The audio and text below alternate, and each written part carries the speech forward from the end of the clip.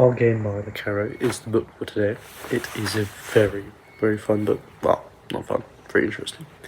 It's the most emotion-filled le Carré book I've ever read, and it's definitely not criticism. It's in that emotion, and sometimes the lack of it from our main character, who I'll get to later, that you find the real joy of the story. Not joy in the sense of happiness, but joy in the sense of a good read, a read that explores your own feelings, a read that expresses stuff that you may not have thought of yourself. It's not a cold spy story. It's not a tragedy with a classic act and a twist at the end, like A Spy Who Came From the Cold. The story is messy. It's full of half-remembered fragments, often told in flashbacks, and the past is streaming out of our narrator, the guy, main character called Tim Cranmer. The real scheme of the characters, if you want to call it that, their plan, isn't revealed until quite late, and it's in a haphazard manner that it's revealed. It's quite slowly. That's all okay, because the scheme is secondary to the thrilling emotional roller coaster that Tim Cranmer goes on, and we go on with him. So, spoiler-free plot reads like this. I'll make sure I get it right. The disappearance of Dr. Larry Pettifer from his teaching position at Bath University shouldn't have concerned a great amount of people. He's a retired Treasury guy. Not a big deal. Tim Cranmer, however, is concerned. At the time of our present start of the story, two detectives, Bryant and Luck, of the Bath Police, call upon Cranmer at his country home called Honeybrook, where he's currently living alone.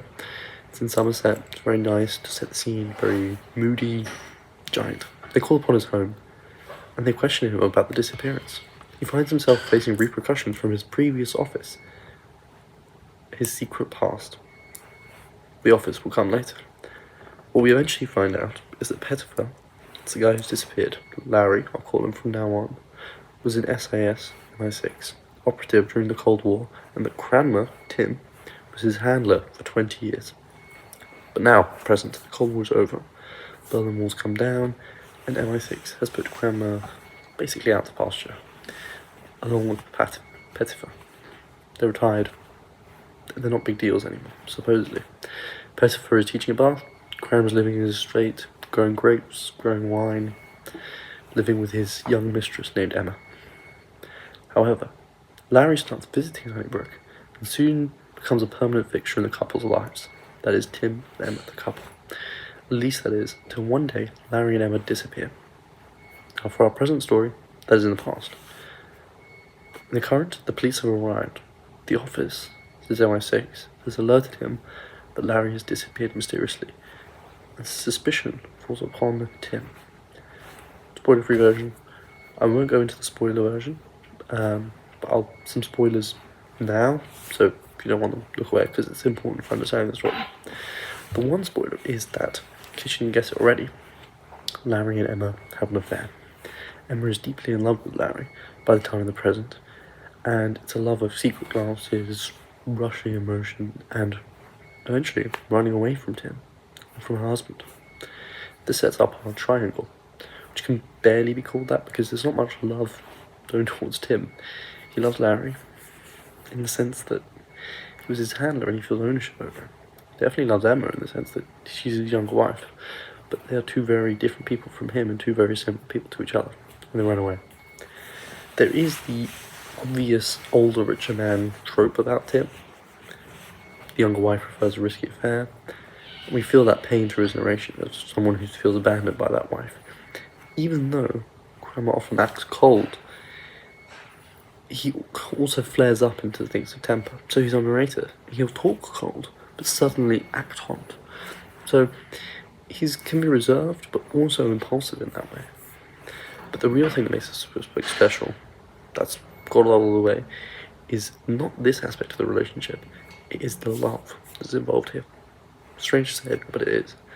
Cranmer seems content. Tim is happy to retire from the office. Doesn't want MI6 anymore. He's got his wife. He's happy. He has adoration for Emma, and he recounts this countlessly through the story. How much he loved her, how much he missed her, how much he had her in his house. And it's especially painful because in the present, as I said, she's gone. He's relating stories of her playing the piano in the house that she's no longer there doing. The flashbacks were quite emotionally tough there. In the same way, as Emma is gone, when the police arrive in the present, Larry is nowhere to be seen. Yet, at least for me, the two things are never explicitly connected at the start. However, as I said, the timeline is very disjointed. We frequently jump back to clandestine meetings on hilltops, random streets, between Tim and Larry, hand or an agent. Mundane conversations in these cars, not really related to tradecraft, just two people trying to get along. Then come the beginnings of an explanation. Just as in the present, Tim is searching for Larry to clear his own name of suspicion because an amount of money has been stolen at the same time Larry's disappeared. He's guilty by association, right? He's searching for him. We eventually see Emma laughing at Larry's jokes in these past flashbacks, ignoring Tim, taking up hobbies far away from home. But the weird bit of this is Tim is noticing this, and he doesn't seem to care or notice that much. He doesn't react in the way you might think he would. He's cold. That's the only word I can use.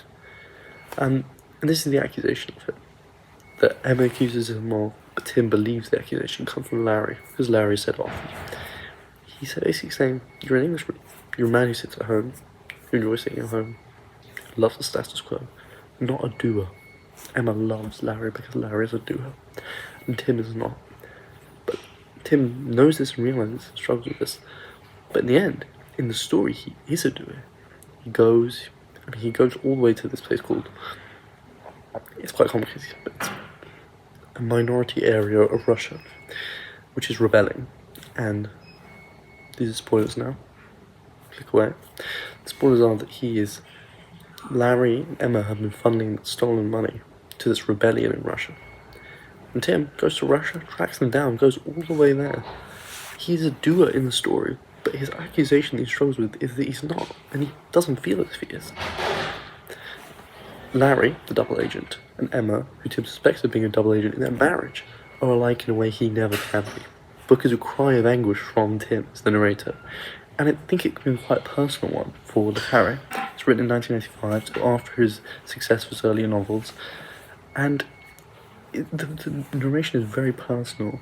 The sense of an English spy who is living on a estate, as le Carré did, who feels deeply lonely, who feels as if perhaps the whole game was not for him, and perhaps it was a game. Perhaps marriage is part of the game for someone with that type of personality that makes them a spy in the first place. All of that is something that feels like a personal struggle. It feels like maybe this is the most personal book for le Carré, I would argue.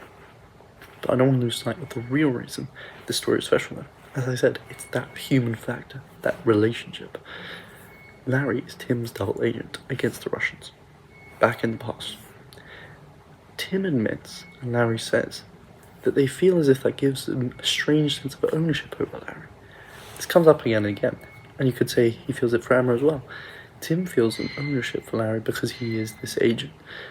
It's an interesting emotion, it's a complex emotion that plays out here. He wants to find Larry, and people in the book say, maybe you don't want to find Larry, maybe you want to become him. It's a complex question of, does he want to become him because he's a doer? Because he's a handler who is now transitioning to basically being an agent? What is this, right? And Emma feels the same way, obviously, with Tim's marriage. He feels that he's an older guy who has a sense of ownership over her. She rejects that due to her free spirit, same way Larry does. And in that way, we see finally the marriage is basically just a metaphor for the spy relationship, right? Like, he was Larry's handler.